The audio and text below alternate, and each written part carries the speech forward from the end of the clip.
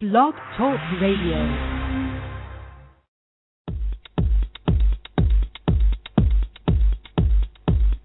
Raw living is a state of mind, a way of being in alignment with your body. Raw living means you put yourself and your body first. Your host, Sidhu-Robb, is the founder of Nosh Detox, located in the UK. They offer innovative raw food smoothies sold across Europe. You experience it in your skin, your body, and your mind. And now it's time for Living Raw Radio.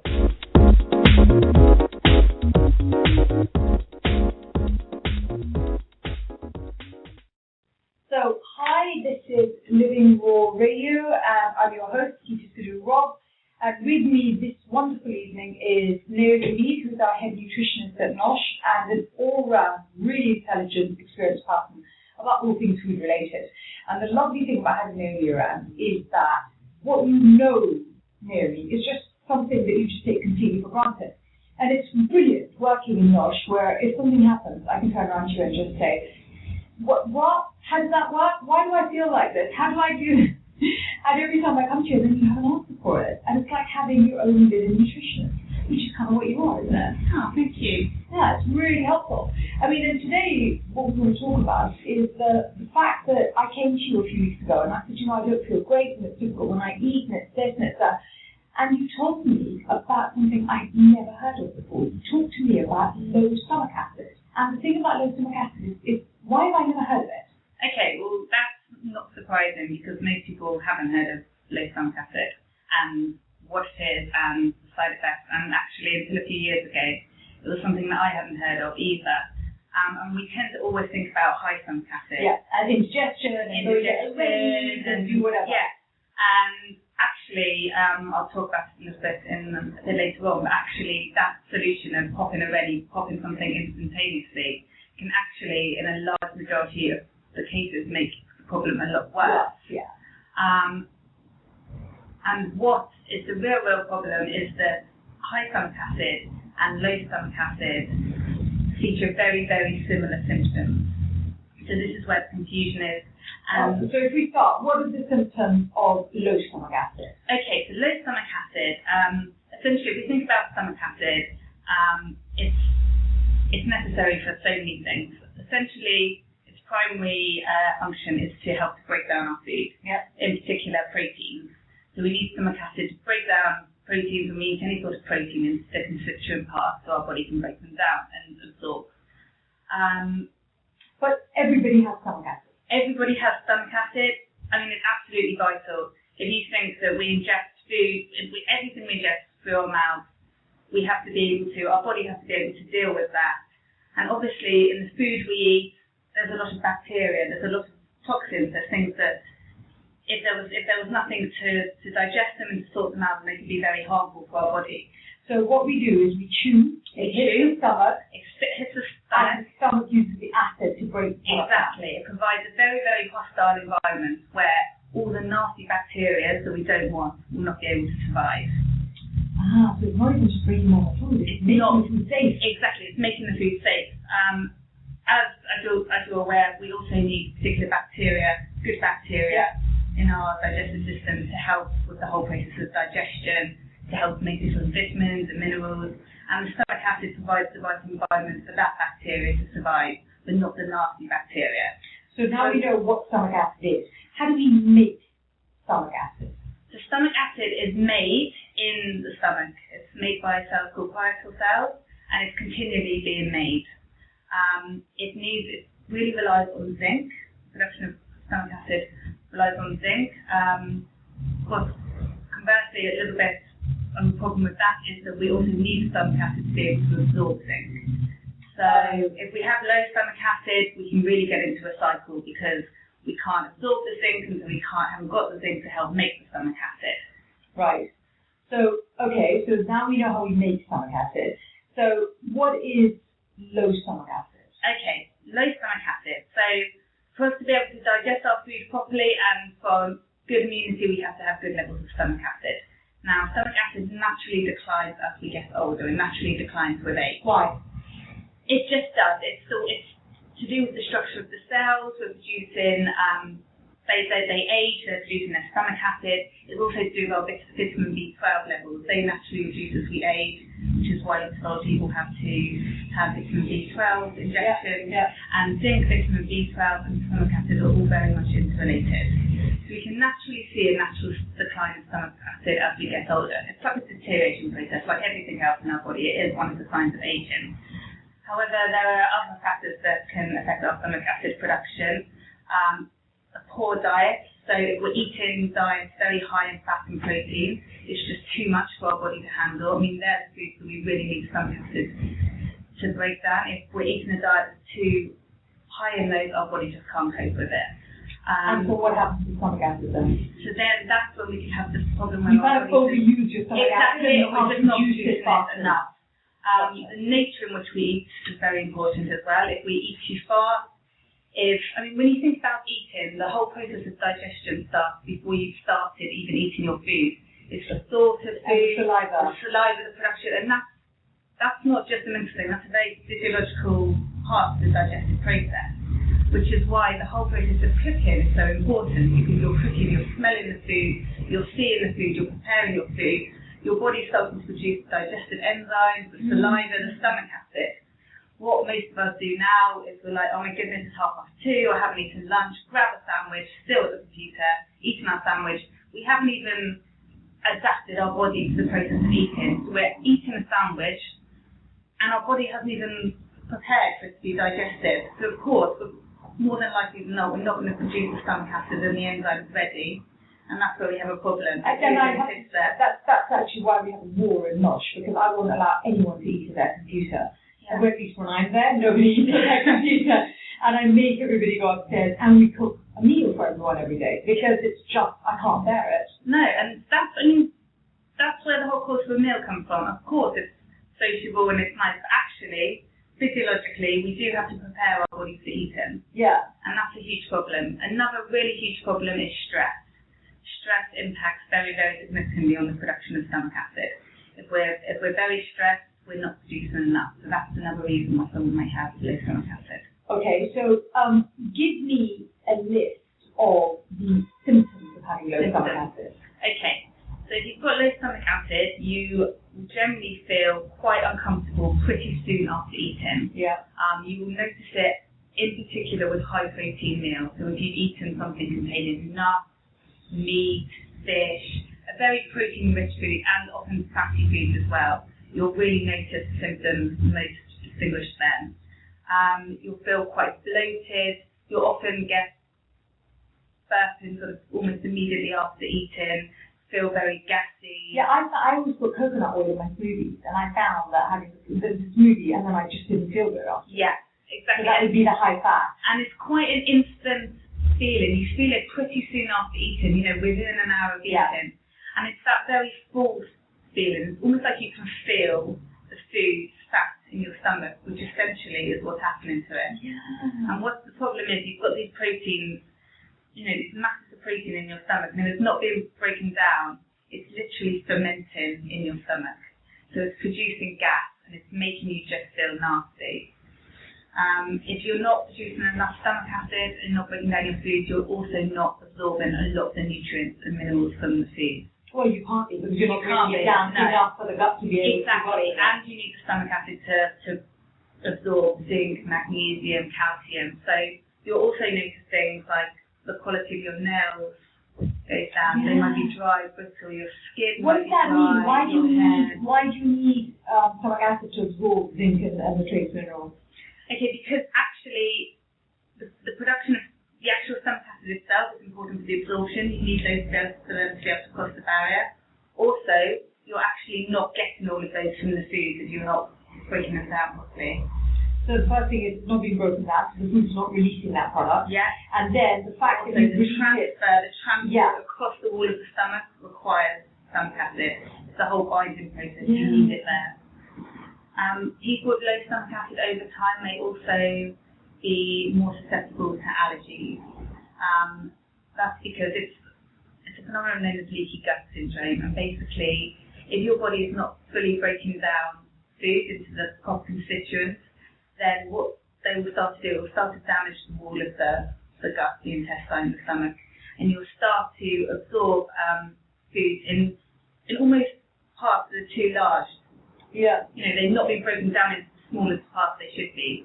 And your body, that causes a real signalling confusion. Your body doesn't know what to do with them. It almost treats them as foreign particles. Yeah, like it's being attacked. And so it puts your immune system on high alert. And as soon as your immune system is put on very high alert, it means that you become more susceptible to allergies. This is also why people with allergies have such bad bowel movements and their stomach don't work very well. I mean, what lots of people don't realise is that almost 80% of our immune system is located within our digestive tract. Yeah, because we say here, I mean, at Nosh, we say your brain's in your gut, basically. Exactly, and it really, really is. But actually, with most immune conditions, if you look at the digestion first, you can actually make a huge amount of difference. Oh, and it's a thing that some people just, most people just don't know because it's really not obvious. When you think of immunity and immune system, most people don't think of their digestive system. No, they don't at all. It's true.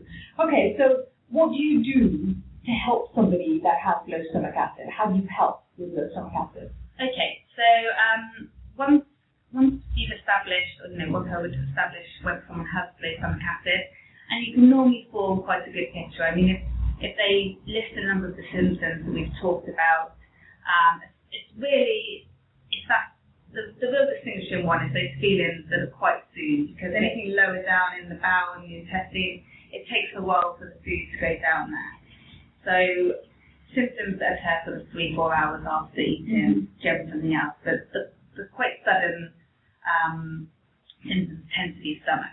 So the first thing you would do is you would look at their lifestyle. I mean, obviously stress impacts hugely. So I know, but what am I going to do? It's not like I just... Exactly, but sometimes just making people aware of that helps because they realise, I think a lot of people just think of stress as psychological, and if you pointed out to them that it's physical, right, then it's and just also something you they're can aware just of. change how you approach your meal times and the stress isn't present when you eat. Exactly, so the first thing would be to really, really drum home the importance of just taking a bit of time out. If nothing else, just take a little bit of time out to have your meal. Take 15 minutes before you have your meal to kind of prepare it or do something. Take time away from the desk, chew very slowly, chew more so than often. I mean, you're having to help your digestive system out. You're not producing enough stomach acid. So as much as you can break down the food first in your mouth, rather than chew, gulp, and a huge bit of food going down, I mean, that's just giving your body. I would advise people not to drink water alongside their meals. Water's fantastic, and have a glass of water sort of half an hour before and then afterwards. But with the meals, all it's going to do is just dilute the stomach acid, and that's all. That's no Indian custom. That's already a challenge. Yes, it's already a challenge. So don't be diluting what stomach acid you do have. Lemon juice can help the production of stomach acid. So having some hot water and lemon about half an hour before eating can also help. And cider vinegar? And apple cider vinegar. That's something I would recommend people start to introduce slowly. So maybe sort of half a tablespoon to start with in a glass of water. In the morning? Before meal time, before you have your meal. So about 20 minutes before. And it tastes much better when you put it in the morning. It's absolutely It's a little bit vile. It's a little bit vile. Oh my god, it's so horrible. But I think you tried apple cider vinegar. I did. I put it in water and it's much more bearable. Yeah. And people find that really, really beneficial. And also digestive enzymes after eating. Digestive enzymes, exactly. You can get some really good plant-based ones. You can also think about foods that contain natural digestive enzymes. Like papaya. Papaya and pineapple. Contain really strong digestive enzymes. Now, why do we care about digestive enzymes? Digestive enzymes because they help break down food. Right. And if you're not producing they're not sorting the problem out, but they're making it They're not sorting out the problem. So we still need to be addressing what's going on. But by doing this, you're helping your body to get back into the cycle and able to help break down food properly. And once it breaks down food properly, that's going to help to stop, the cycle. I found that when I started digestive enzymes after we spoke, and it took me like 4 days, and it made the biggest difference. It was phenomenal. Yeah. No, I mean, and that's a fantastic thing. You can make the right steps in place quite quickly. So what would be the test for checking whether or not you have low stomach acid? Okay, so it's not a definitive test, but it's a guideline that can really help. Is you get some bicarbonate of soda and you take a teaspoon and you stir it into a glass of water. You need to do this test on an empty stomach, so don't do it away from meal times. Ideally, do it first thing in the morning when you haven't eaten for a while. And then what you need to do is you need to drink that glass. And it tastes disgusting. It tastes disgusting. But naturally, what will happen is that if you have enough stomach acid, the bicarbonate and the stomach acid will react and it will produce a gas. And so quite quickly you'll be belching, you'll start to feel very gassy. And for people who have adequate stomach acid, that starts within sort of 5 minutes, you really start to feel it. If you experience absolutely nothing at all, especially after sort of 10 minutes, if you're really experiencing nothing or even just very mildly, then chances are you haven't got enough stomach acid. So it's quite a nice little test to do at home. I mean, it's not a diagnosis, it's not certainty. No. But it can help. If you're a bit unsure, if you're showing symptoms and they're not sure, then it can. And a lot of this is about giving yourself quite fast relief as well. Exactly. It's just an uncomfortable thing. Exactly. And sometimes a bit of bicarbonate and water, some people swear by that as a relief as well. So it's true. And I have to say that what I found is that the quality of my hair changed, my nails changed, my skin. I found everything. It just always felt like I'd been zapped full of nutrients. I'd gone on and had an infusion or something. Yeah. It did make a very big difference. Yeah, and I mean, lots of people, if they're having, bad skin, nails, hair, they go, oh, I need to take supplements. I need to take the skin, hair, and nail supplements. Exactly. But essentially, that's not dealing with the problem.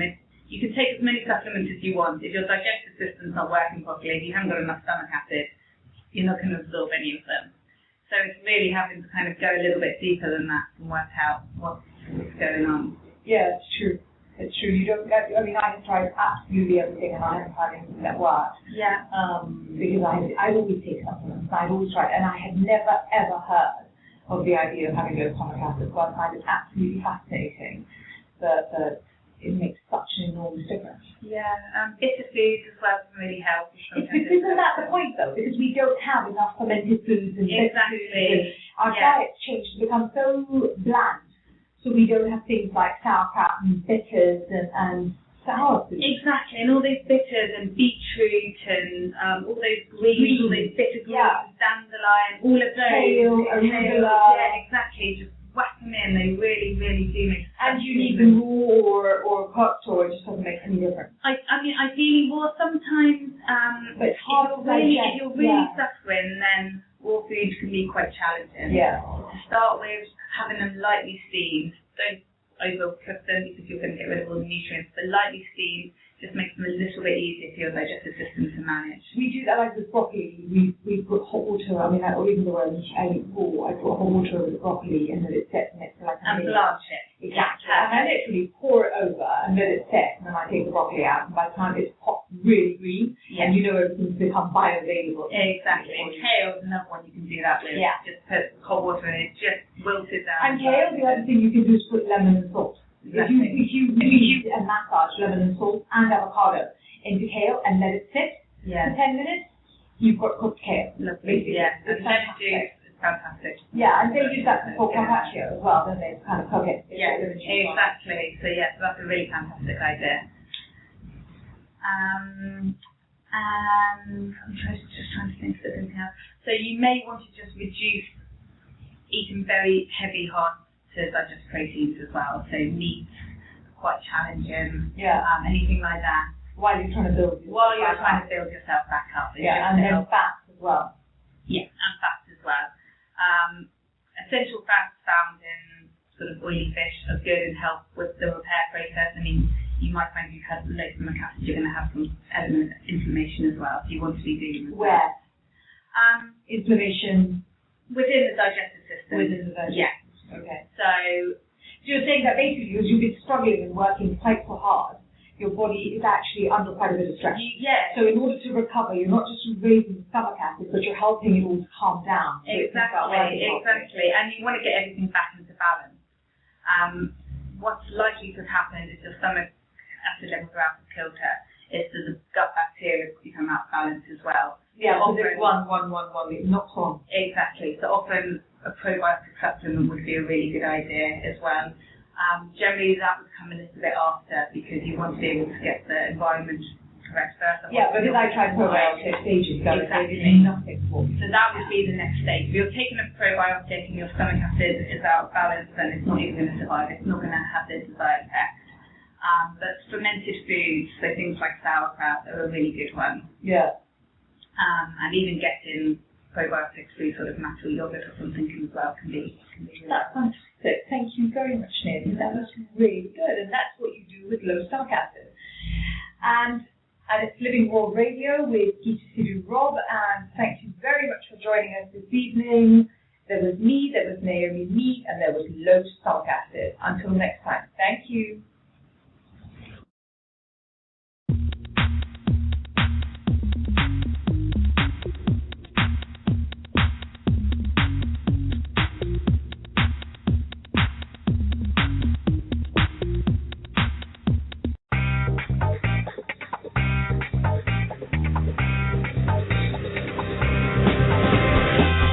Detox is an award-winning company for your ultimate health improvement. Nosh Detox system works on all areas of the body, having dealt with thousands of clients whose health dramatically improved within days. For more details, visit noshdetox.com. noshdetox.com.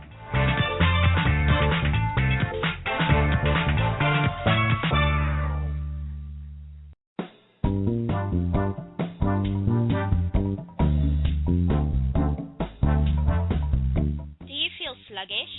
Do you feel bloated? Is your energy levels really low? Do you find everything that you eat goes straight to fat? My name is Candice, and I am the naturopathic nutritionist at Nosh Detox. I am here to tell you that your body needs a rest. If that sounds like you are ready to try a Nosh juice fast. A juice fast is the most natural way for your body to detox, while providing you all the life-saving minerals and vitamins that your body needs and craves. From beginners to advanced juices, we have all the options that may be available to you or suited to you. Call me on 0845 257 6674 or go to noshdetox.com and click on the right program for you. I'm right here to help you and support you. Thank you.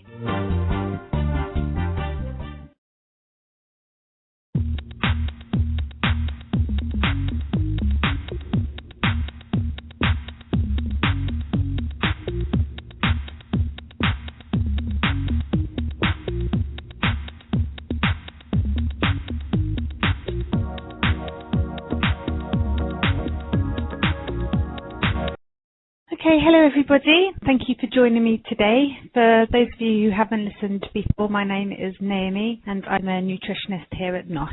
Okay, so today's topic is going to be on skin and aging, a question I get asked about a lot. People want to know what sort of things they can do through their diet to help combat the signs of aging. So a really interesting topic and lots to talk about. As ever, I will try and answer any questions I've had from you as I go along. If there is anything that I do miss throughout the session, then you're always very welcome to email me afterwards and I can help you with that. And my email address is nutritionist@noshdetox.com. Today we're looking at the skin. So the skin is actually the largest organ of our body, so it has a lot more of a role than simply being a protective barrier. It has lots of different roles. It, for example, it regulates the excretion of waste products in our body. It helps to regulate our body temperature, and it also contains receptors for pain, tactile sensation and pressure. So it really is a vital organ of our body. And what's really amazing about our skin is it really is a visual representation of our internal health. So actually by looking at the skin and looking at an individual's skin, you can really actually tell a lot about what's going on inside their body. So the message I really want to get across today is that if you don't support your body's internal systems, then the youthful qualities of your skin will rapidly deteriorate. So actually, when you're combating aging with your skin, it's not simply about what you put on your skin, so the different products and moisturizers you use, but it really actually is very importantly to do with what you eat, what you drink, and what you're putting into your body. So when we're talking about skin aging, then what causes it? Well, it's influenced by many different factors. Key ones are UV radiation from the sun. That's a really key factor to skin aging. We've got environmental pollution, smoking, hormones have a key factor, and also poor diet.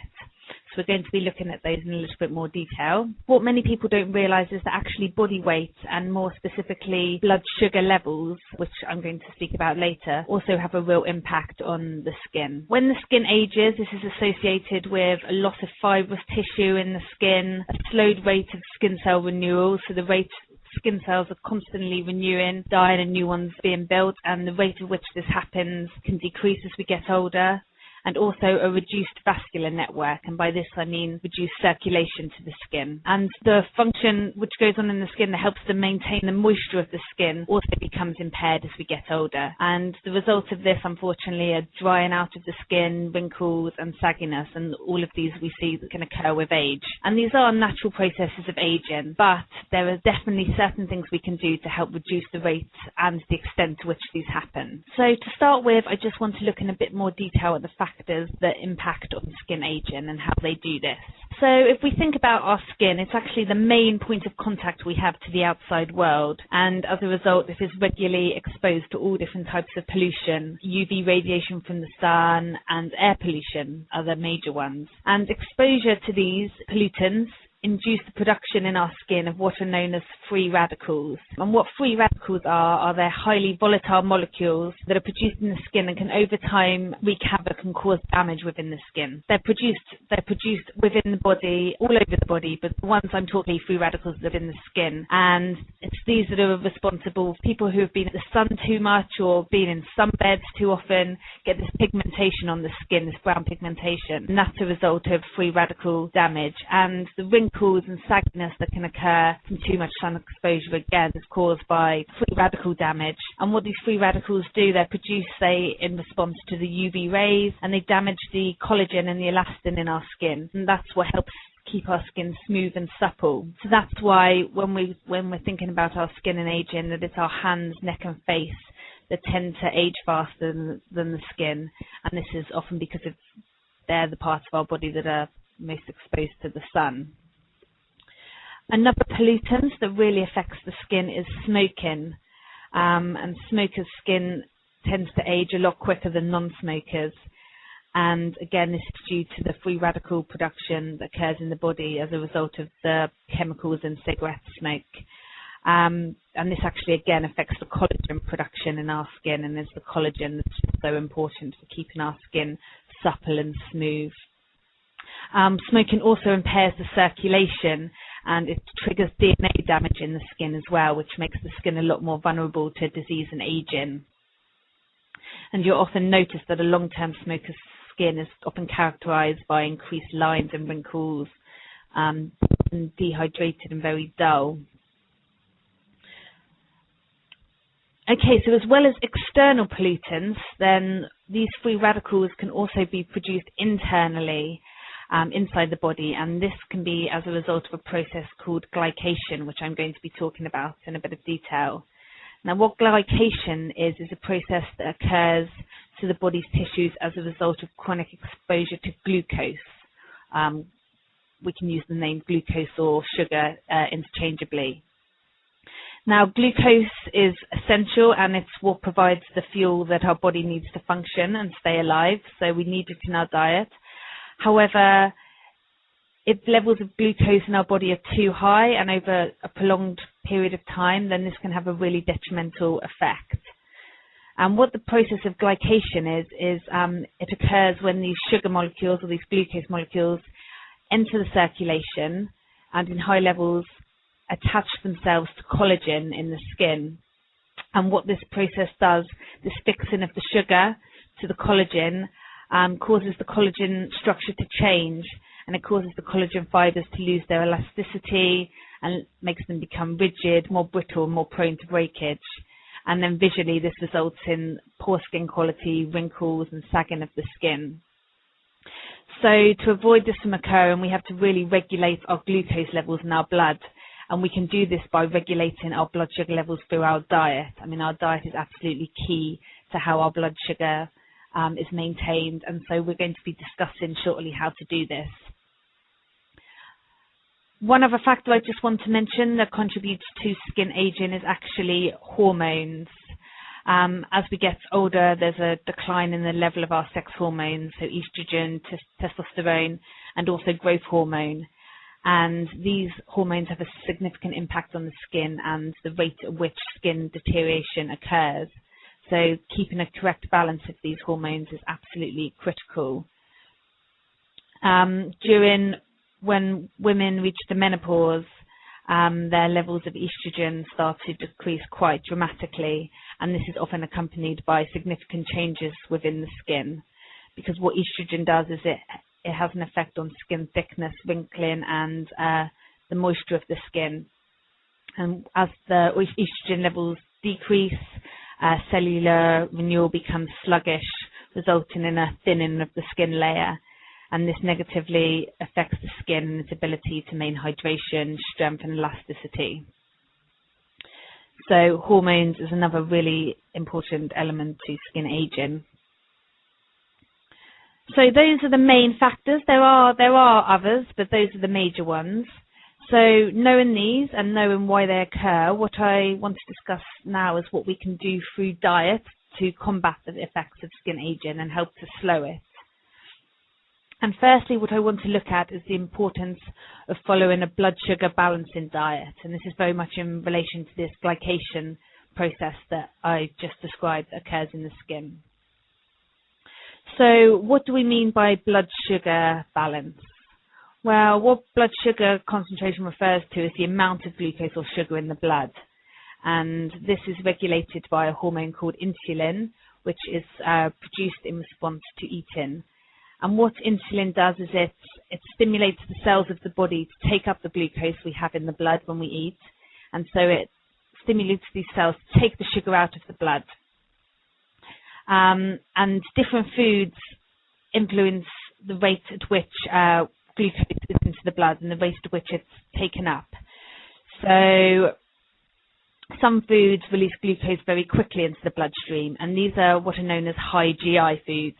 So things like refined carbohydrates, white bread and pasta, all types of sugar and sugary foods, and many processed foods. And what overconsumption of these foods can do over time is they can lead to insulin resistance. And this means that the insulin just isn't doing its job properly. So it just physically can't take up the sugar from the blood as quickly as it's been taken in. And this is when you get these high blood sugar levels, and this is a problem because it's these high blood sugar levels that are going to cause this glycation process, which is really damaging to the skin. So what we can do through diet, and this is important for all elements of our health, but specifically today we're talking about it in relation to our skin, is eat a really good blood sugar balancing diet. So I just want to really tell you the key things to do with our diet that can help regulate blood sugar levels. So the first thing is the real importance of eating regularly. So really aiming for 3 main meals and 2 snacks a day, and never going for long periods of time without eating. It's when you go for these long periods of time without eating that you get to the point where your blood sugar levels get very low, you get sweet cravings, and that's when you get this need for these sugary foods, these really quick pick-me-ups. And it's the consumption of these sugary foods, these carby, refined foods, that then causes your blood sugar levels to rocket sky high. And this is what we're really trying to avoid. Processed foods often contain hidden sugars, so they're actually often a lot higher in sugar than we know. So really good to try and avoid those as much as possible. In addition, all refined carbohydrates and sugary foods should be kept to a minimum. These just have very little, if any, nutritional value, and just cause our blood sugar levels to shoot up. Another key point, eating protein with each meal and snack can help balance our blood sugar levels, because what protein does is it helps minimize the rate at which glucose is absorbed from our food. So sources of protein are lean meat, fish, eggs, yogurt, nuts, all really good sources of protein. And if you can try and include one of these foods, so always include a protein element in all your meals and snacks, then this is really going to help with blood sugar control. As is fibre. Fibre, again, slows down the release of sugar into the bloodstream. So we're thinking of fibrous foods, so lots of fruit and vegetables, and always choosing the whole grain option over the white option. So always going for the brown rice, the whole grain bread, the brown pasta rather than the white products, because these white products have all their fibre stripped. So they've got very little nutritional value, very little fibre, and are purely really just sugar. So they're just going to cause your blood sugar levels to rocket. And one other important food type is sources of essential fatty acids, because what these do is they help insulin to do its job. So they help insulin to help take the blood sugar out of the blood. So really important. So oily fish, nuts, seeds and avocado are all really good sources of these essential fatty acids and really should be making up a daily part of your diet. Okay, so that's steps you can take in your diet to help regulate your blood sugar levels. Now I want to talk about the importance of antioxidants. And I'm sure you've heard this word before. And as I've mentioned before, a really, really key contributor to skin aging is the production of these free radicals in the skin. Due to the exposure of the skin to different forms of pollution. So I mentioned air pollution, the sun, smoking. And what antioxidants do is they help to prevent the damage caused by free radicals. So they fight these free radicals, help to diminish them. And so they're an absolute essential part of a skin-friendly, a skin-boosting diet. So I just want to mention a few key foods that you should be looking to really get into your diet. And really, when we're looking at antioxidant-rich foods, we're generally talking about fresh fruit and vegetables. And really, we're looking for colour. Because what colour really does, the stronger the colour, the brighter the colour, that's really, really representing the antioxidant value. So I want to mention in particular orange and green vegetables. So I'm talking about things like carrots, butternut, sweet potato, and then your greens, so spinach, broccoli, kale, asparagus, and these are all really, really rich forms of antioxidants. To be getting the absolute best of the nutritional value of these, then you should be having a certain amount of them raw. So things, raw carrots, raw sugar snap peas, raw spinach, have them as snacks, add them into salads, and a really excellent way of getting these antioxidants into your diet. Many of the key antioxidants and vitamins are actually water soluble, and so if you're cooking them and boiling them, then a lot of the nutrition is going to get lost in the cooking water. So ideally eat some raw, and then steaming is always a better option than boiling them in water. Tomatoes. Now, tomatoes are really rich in the antioxidant lycopene, which has been shown to have really strong protective, skin protective properties, especially protective against skin damage from the sun. Now, lycopene is slightly different because it's actually best utilized by the body when the tomatoes have been cooked. So there's a few nutrients that actually become more available to the body when you cook them, and lycopene is one of them. It's also a fat-soluble nutrient, which means that actually you're going to absorb it better from the body if you add a bit of fat when you're cooking the tomatoes as well. So ideally, if you roast your tomatoes and then drizzle them with some olive oil at the end, you're really going to get the maximum impact of this really, really important and fantastic antioxidant. Dark berries, so blueberries and blackberries and red cabbage. These are rich in an antioxidant called anthocyanins, which are really powerful and important. Berries and citrus fruits are also rich in vitamin C and flavonoids, and these have really important roles for building collagen in the skin and also for strengthening the capillaries in the skin, so helping improve circulation to the skin. Green tea is another antioxidant-rich food. It's actually a drink, green tea. Green tea, really rich in the antioxidant catechins. So if you can try and get a couple of cups of green tea into your diet every day.